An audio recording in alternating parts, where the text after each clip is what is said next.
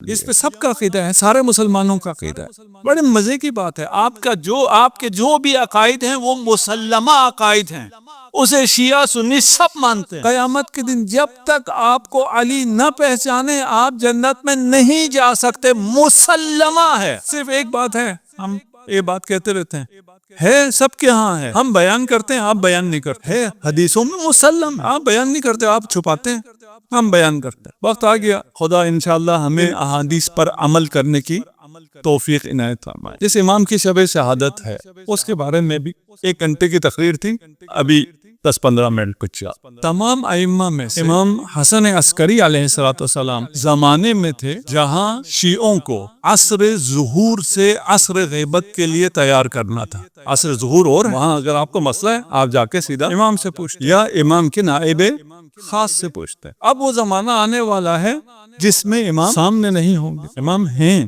امام کے بغیر یہ دنیا قائم رہ سکتی ہی نہیں ہے۔ امام کی برکتوں سے جو کچھ مل رہا ہے، یہ تقریر کا حصہ میں نے چھوڑ دیا، رہ گیا، ٹائم نکل گیا، صرف بتا دوں کیا ہے احادیث آیت کو چھوڑ کے۔ رازق صرف خدا ہے، خالق صرف خدا ہے، رزق خلق مسلسل ہے۔ کوئی اگر خالقیت میں غیر اللہ کو شریک کرے وہ مشرک، اگر کوئی رازقیت میں کسی غیر اللہ کو شریک کرے وہ مشرک۔ اس کی آیات ہے، لیکن سمجھنے کی چیز ہے، جو اہل بیت کو نہیں مانتا ہے اسے اسلام کے حقائق سمجھ میں نہیں آتے ہیں، 2-4 بھی سمجھ میں نہیں آتا ہے۔ آیا خلق میں اگر خدا کسی واسطے کو قرار دے یہ شرک ہوگا؟ خالق صرف خدا ہے، لیکن والد اور والدہ واسطہ ہے خلق میں، شرک ہو گیا؟ شرک تو نہیں ہوا، واسطہ ہو سکتا۔ رازق صرف خدا ہے، لیکن امام زمان کے واسطے کے بغیر کسی کو کوئی رزق نہیں ملتا ہے۔ یہ عین توحید ہے، یہ شرک نہیں ہے، لیکن اس کو سمجھنے کے لیے وقت بھی چاہیے، ایمان بھی چاہیے، طہارت بھی چاہیے۔ امام نے تیار کیا، اب یہ بھی اس کی تفصیل تھی کیونکہ یہ مختصر کرنا ہے، میں صرف 2 وصیتیں امام کی، ان وصیت سے آپ کو سمجھاتا ہوں کہ امام نے کیسے تیار کیا شیعوں کو عصر حضور سے عصر غیبت میں آنے کے لیے۔ وہ تیاری، یہ 2 وصیتیں ہیں اور آج شب شہادت بھی ہے، انہی ایام کی وصیت ہے، ہم انشاءاللہ اس سے بھی فائدہ اٹھائیں گے۔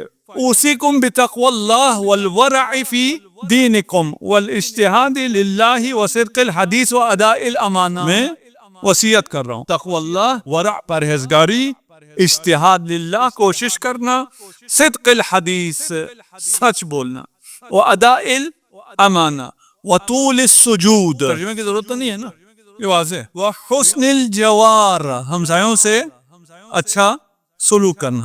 بہذا جاء محمد المصطفیٰ صلی اللہ علیہ وآلہ وسلم۔ اب میں ان کی تحلیل بیس نہیں کر رہی، آپ خود اپنے ذہن میں پروسیس کریں ان سب کو۔ صلوا فی عشائرہم واشہدوا جنائزہم، معاشرے میں جن کے ساتھ تم رہتے ہو ان کی مسجدوں میں جاؤ، نماز پڑھو، ان کے جنازوں میں شرکت کرو۔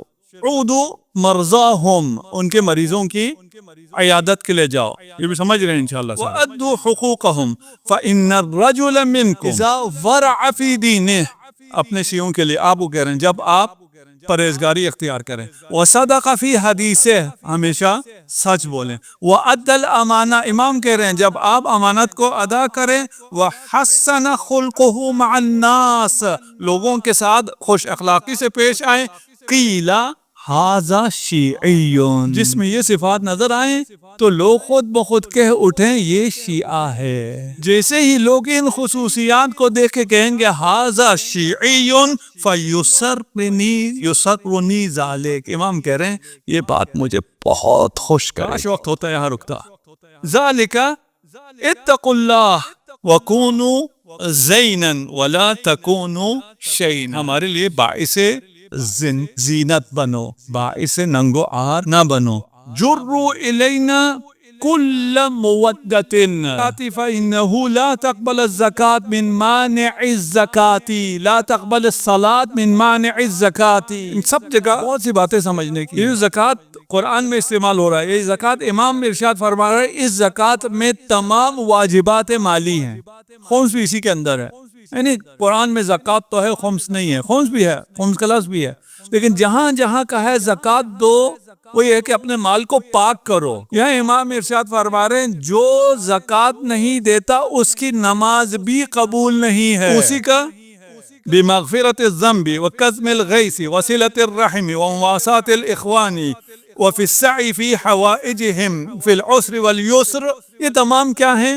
تمام اخلاقیات کی تعلیم کہ آپ اپنا اخلاق اچھا. امام چاہ رہے ہیں میرا شیعہ ایسا ہو، اس کا اخلاق ایسا ہو کہ اس کا اخلاق دیکھ کے لوگ کہیں یہ شیعہ ہے. اس سے جہاں تک میں نے شاید پہنچانا تھا آپ پہنچ گئے. سب سے زیادہ ظلم بنی عباس نے جس امام پہ کیا ہے وہ امام حسن عسکری. کیوں اتنا ظلم کیا؟ کیا وجہ ہے؟ ایک مشہور حدیث ہے یلی من بعدی 12 امیرا، 12 خلیفہ، مختلف تعبیر ہیں، اصحاب ہیں، اور رسول نے فرمایا کہ میرے بعد 12 امام ہوں گے، میرے بعد 12 خلیفہ ہوں گے، 12 امیر ہوں گے، مختلف تعبیر. اور یہ روایت بھی 1 2 3 4 نہیں ہے، صرف شیعہ کتابوں میں نہیں ہے، یہ بھی متفق علیہ حدیث ہے، ان احادیث میں سے جس کا انکار ممکن نہیں ہے.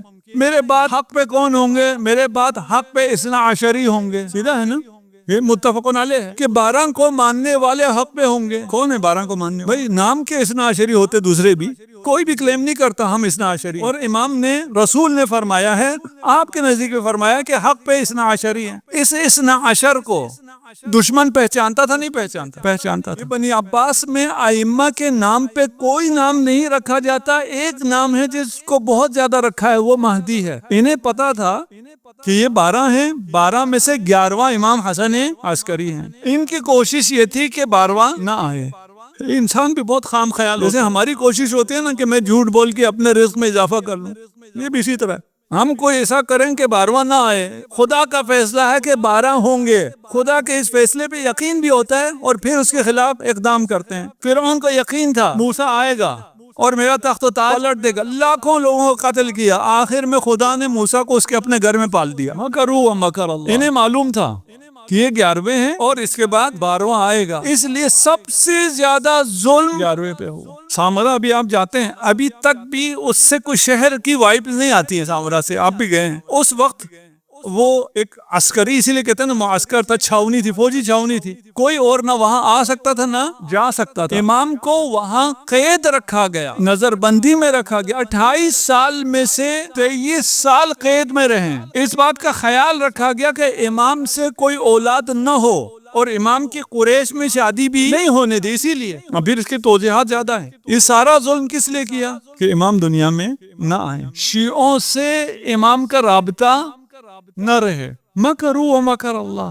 خدا بھی عجیب تدبیر کرتا ہے. فاصلے میں جب امام تھے اور رابطہ نہیں تھا، عصر غیبت کے لیے امام کو شیعوں کی تربیت کا موقع مل گیا کہ امام سامرہ میں رہتے ہوئے بھی فیض پہنچائیں سارے دنیا میں.